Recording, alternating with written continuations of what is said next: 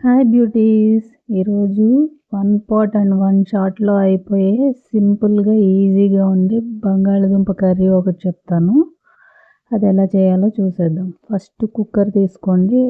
కుక్కర్‌లో oil 2 spoons వేసుకొని, నేనైతే నువ్వుల నూనె తీసుకున్నాను. అందులో జీలకర్ర 1 స్పూను, ఆవాలు 1/2 స్పూను వేసుకోండి.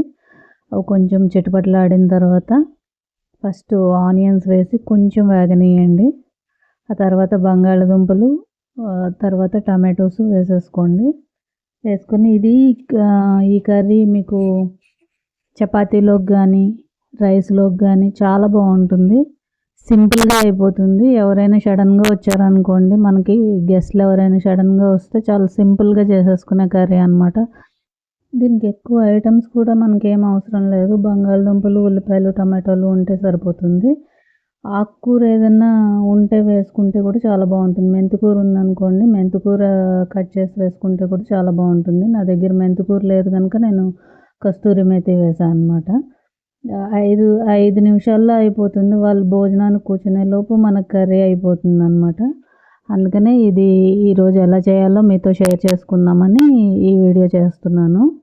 బంగాళదుంప కూర ఇష్టం లేని పిల్లలు అంటూ ఉండరు కదా! ఈవెన్ ఇది లంచ్ బాక్స్‌లోకి కూడా చాలా బాగుంటుంది.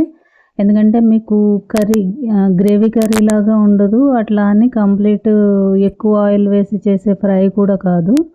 సో, పిల్లలు చాలా ఇష్టంగా తింటారు. లంచ్ బాక్స్‌లోకి కూడా ఇది బాగుంటుందనమాట. నేనైతే ఈరోజు పూరీలోకి చేశాను ఈ కర్రీ. ఇలా కర్రీ చేస్తే కనుక ఇంకో 2 పూరీలు ఎక్కువ తింటారు.